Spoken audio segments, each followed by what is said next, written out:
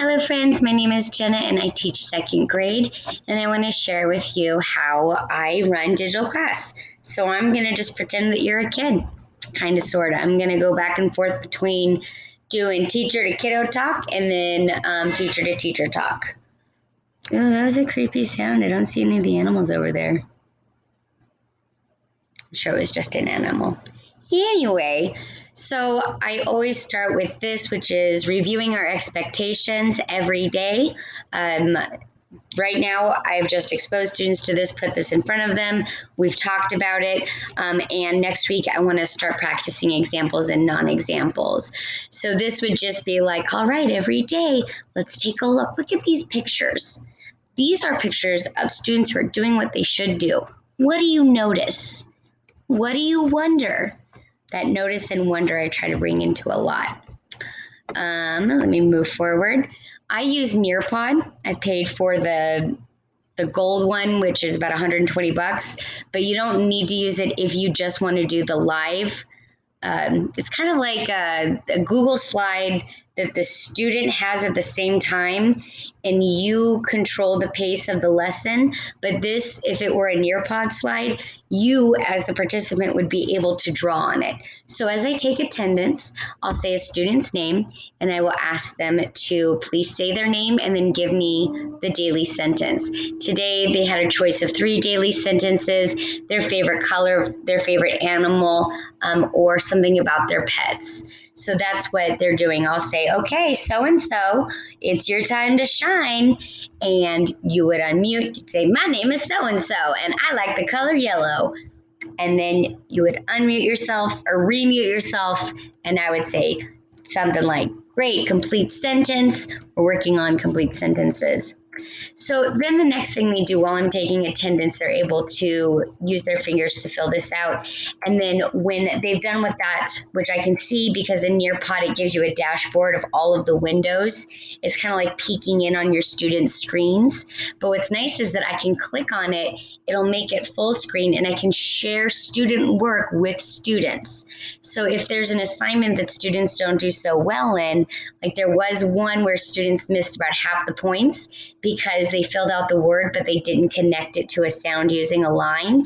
And I didn't tell them that. I took screenshots of the work without names, put it in a Google slideshow, and asked the students what's missing. That worked out really well, and they have paid attention to those details a little bit more since then. So this is another one that would be draw on. This is just a noun verb frame. I don't know. It's not exactly an edu protocol because the actual edu protocol, which comes from Crippo and Haburn, or Haburn, sorry, Marlene, if I said your name wrong. I bet I am. But it's Haburn. Oh, I promise I'm a fan. But so when we come back to this is, I've been teaching the students what nouns are. So I've brought verbs in now as that non-example. So in 8 parts, which is the edu protocol, you choose a picture. This is just a funny picture I got off of one of those royalty-free sites. There's a lot of them. And you have those 8 parts, you have a box for each part of speech, preposition, conjunction, all those different pieces. So what I did for second grade is I started just by teaching them what nouns are. And now I'm using this, and there's even like one that's just little parts because in second grade, it's actually supposed to be nouns, verbs, adverbs, and adjectives is where they're supposed to end up. But I really wanted to start slow. So I'm just introducing nouns. So even though they're writing verbs, they haven't really learned about verbs. So this is kind of also building that background knowledge and the vocabulary. So every day students look at an image and I give them these word banks. I don't know if I will forever, but at least in the beginning, it's been nice because even if a student doesn't understand what a noun is or a verb is, they can look at the colors and they can associate the words. I'm really looking forward to this every day because it's just the pictures are so funny and the kids, I love seeing them laugh. Then I take out my ukulele and we sing this song. And after we've done our welcome and they kind of did that morning meeting through the attendance, my name is, sometimes they talk about how they're feeling and that kind of stuff. Then I do a data review. Yes, even in second grade, I am tracking data because I want to celebrate their successes. And I don't want those celebrations to be empty. I want them to be data driven. So here is a Google class assignment I did for even odd. You can tell that not everybody did it. I color coded it. What you can't see is their names. I've taken that off because I don't want to share that with you. Internet. So then I give them a percentage. So this is 26% of the students did what they were supposed to do and did the assignment. I'm going to tell you more about that percentage in a second. Then here, this is Teach Your Monster to Read. If you don't know about Teach Your Monster to Read and you teach younger grades, check it out. It is a lot of fun. It teaches students the most common letters all the way to the least common letters and their sounds, and then moves into words and sentences. I had a puppet and I took a video and I was like, I'm the monster and I need you to teach my monster babies how to read. You know, try to jazz it up a little. We do what we can do, right? But as you can see, you know, we have people who are progressing. So these are the levels. Once they've graduated, that means that they are ready for Lexia, like that deep kind of learning. This is a basic primer of sight words and letters, sounds, etc. So it's a really nice introduction into second grade.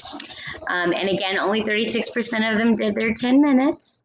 Then I go into MobyMax, and the data you're seeing every day after class, I open up a spreadsheet.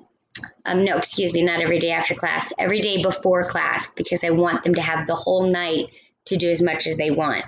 So every day before class, one of the first things I do when I get into the classroom early is I go through these programs and I look at the teacher dashboard and I populate the data daily into the spreadsheet.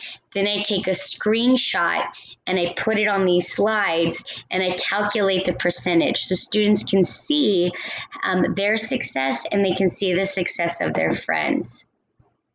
This one I put a yay on because there was a lot of success.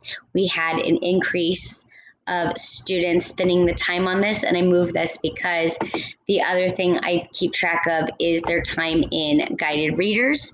Again, this is their names. This is whether or not they logged in. This is whether or not they recorded themselves reading, and this is whether or not they took the quiz. And this increased a lot, so I put my little Bitmoji fainting off to the side. And you know she's a Bitmoji because she's wearing heels. I don't mess with that. Huh. Do it, buddy. Yeah. I don't know if you can see him, but that's Gandalf, and he's adorable. Oh, he's a cute Momo.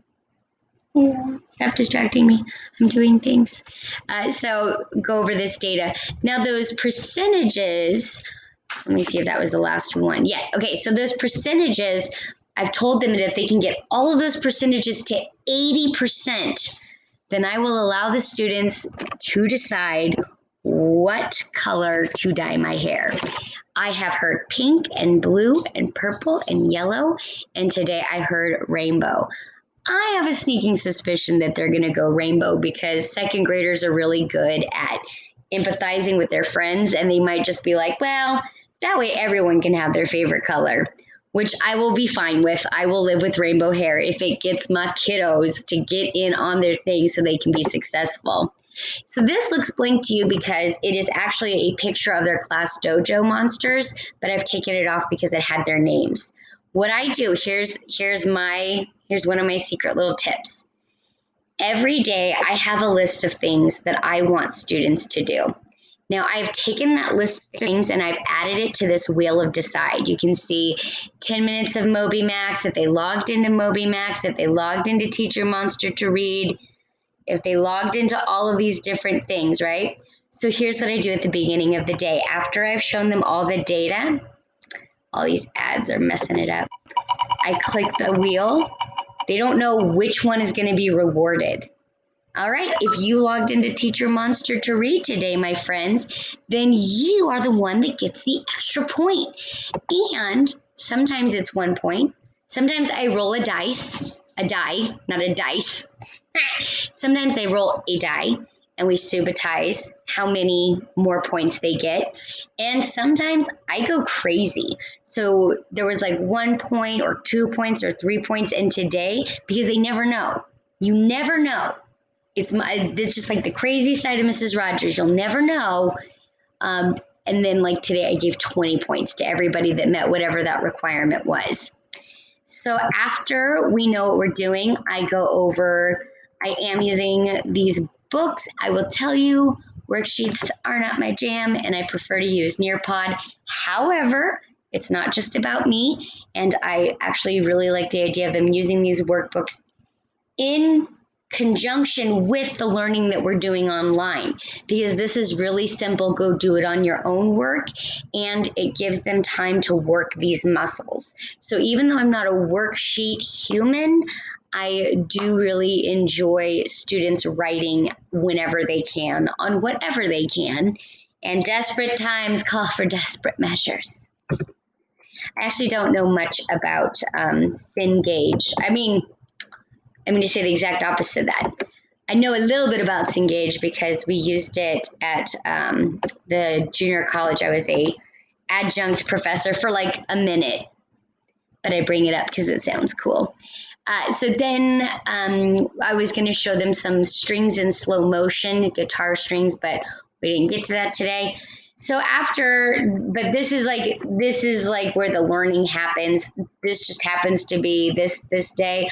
Another day it was a Nearpod lesson where they circle nouns and all kinds of cool stuff.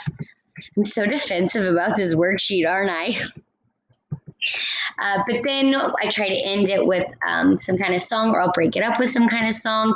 Another thing I do during this time that class is going on is there's a great Jack Hartman video that's the short and long sounds, and you squat down for the short sounds, A, alligator, and you reach up for the long sounds, A, acorn. So good, because it gets them up, it gets them moving. Movement makes memory, especially if you can get them to do this activity.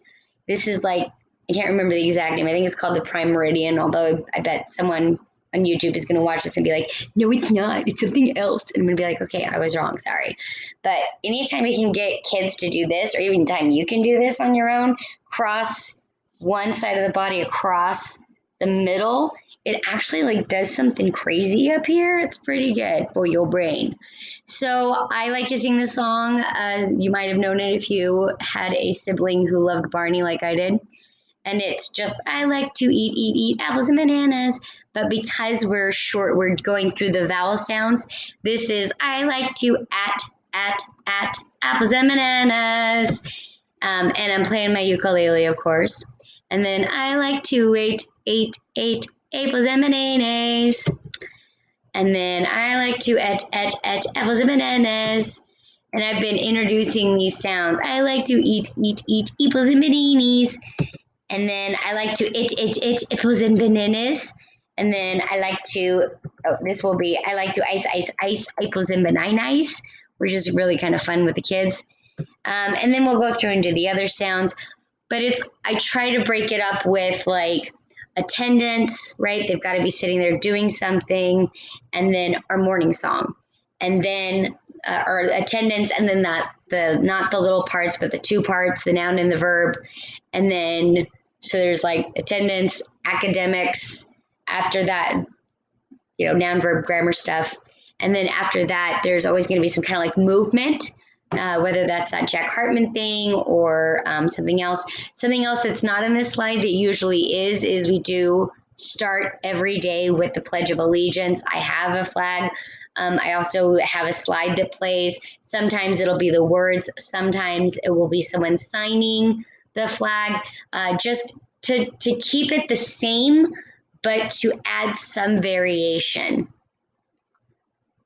And I think that's it. And then usually this is a Nearpod lesson, so students are filling out a poll that will tell me how today went for them, and then I will be sending them on their merry way to the next thing. So this is by far not perfect, obviously. This is not, this doesn't have a solid lesson because the learning happened right here today. Uh, and at the same time, you know what? That's okay. It's not perfect, but that's how I'm doing it. If you have any questions about how I'm doing any part of this or Nearpod or anything like that, let me know in the comments down below. I am not the typical YouTuber. I don't think I'm ever going to like win at the algorithm because I don't think I'm going to invest any time or energy to make sure that things go up at certain times because I don't want to. Because I don't want to. So that will end our video for today. Again, if you have any questions, oh, by the way, all these images were found using Google, fair use, law, etc. All right, my friends, I hope you are doing well. If you are teaching or if you are parenting a kid during this time, or if you are a kid and you're just watching, know that number one, you're good enough. Number two, we are all doing the best we can. Number three, being gentle to yourself, being kind to yourself teaches you how to be kind and gentle to others. So go out there and do good things, my friends, like you need to be told. If you need anything, I'm here. Have a great day. Bye.